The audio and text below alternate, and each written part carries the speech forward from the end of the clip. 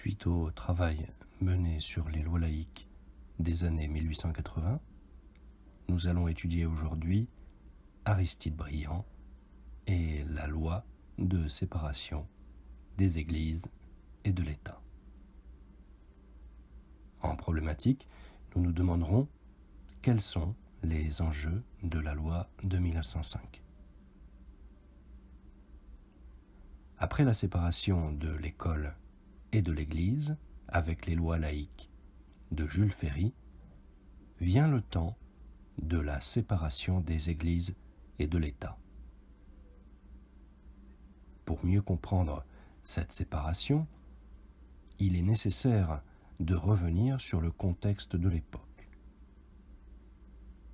En 1900, la France quitte le XIXe siècle avec son exposition universelle.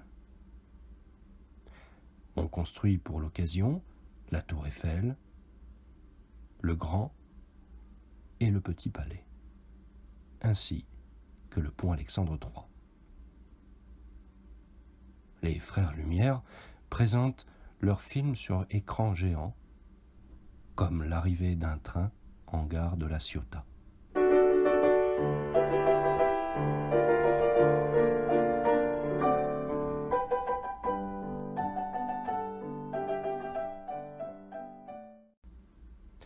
Le métro parisien est inauguré et dans le bois de Vincennes se déroulent les deuxièmes Jeux olympiques. La France entre dans l'ère moderne. La République s'est renforcée. Mais le Concordat napoléonien de 1801 organise toujours les rapports entre le gouvernement français et l'Église catholique.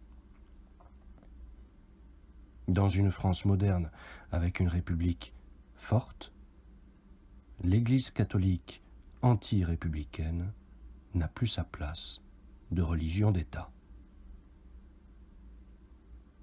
Les congrégations religieuses, jusqu'alors tolérées, sont soumises à autorisation à partir de 1901.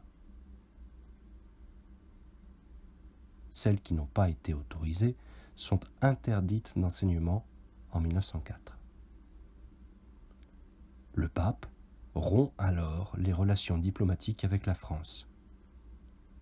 Le divorce entre l'Église catholique et la France républicaine devient évident. La loi de séparation des Églises et de l'État, rapportée par Aristide Briand, est votée le 9 décembre 1905, après des débats difficiles. Certains sont pour cette loi.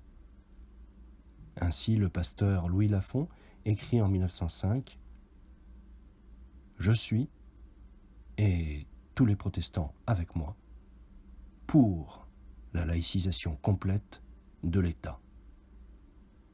L'État n'a pas, par fonction, à distribuer aux citoyens les vérités ou les erreurs de la religion. Il est sur un autre terrain. Ce qu'il distribue, c'est la justice, la liberté, le bien-être. La religion est affaire de conscience, l'affaire de conscience individuelle. L'État n'a qu'à s'abstenir complètement de toute participation et de toute action dans le domaine religieux. Et il a le droit et le devoir d'exiger en retour des Églises qu'elles ne se mêlent pas de vouloir le dominer, de le façonner à leur gré. L'extrême droite en France, opposée à cette loi, réagit. Seuls les intéressés, les nigauds et les pauvres primaires ignorants pourront se soustraire à cette évidence. La République, c'est le mal. La République est le gouvernement des Juifs traîtres. La République est le gouvernement des pédagogues protestants qui importent d'Allemagne et de Suisse un système d'éducation qui abrutit et dépayse le cerveau des jeunes Français. La République est le gouvernement des francs-maçons qui n'ont qu'une haine, l'Église. Qu'un amour, les sinécures et le trésor public. Le rapporteur de la loi, Aristide Briand, voulait concilier laïcité, liberté de conscience et liberté de culte. La loi de 1905 met fin au concordat de 1801. Désormais, l'État est neutre et ne reconnaît ni ne salarie aucun culte. La liberté de conscience est affirmée avec rigueur. Les Français ont le droit d'avoir la religion qu'ils veulent. Il n'y a plus de religion d'État. L'exercice d'un culte devient une affaire privée. L'application de la loi ne se fait pas sans difficulté. L'État, ancien propriétaire des biens de l'Église, doit procéder à l'inventaire de ces biens pour les rendre aux différents cultes.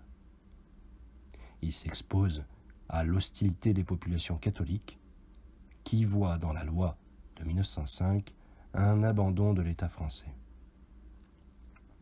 Des incidents éclatent. Cependant, la loi de 1905 s'avère profitable aux différentes religions en France. L'État ne rémunère plus les représentants des cultes, prêtres, rabbins, pasteurs, et ne s'occupe plus de leur domination. Les religions gagnent donc en indépendance. La loi garantit à tous les Français d'exercer librement leur religion dans le respect de celle d'autrui.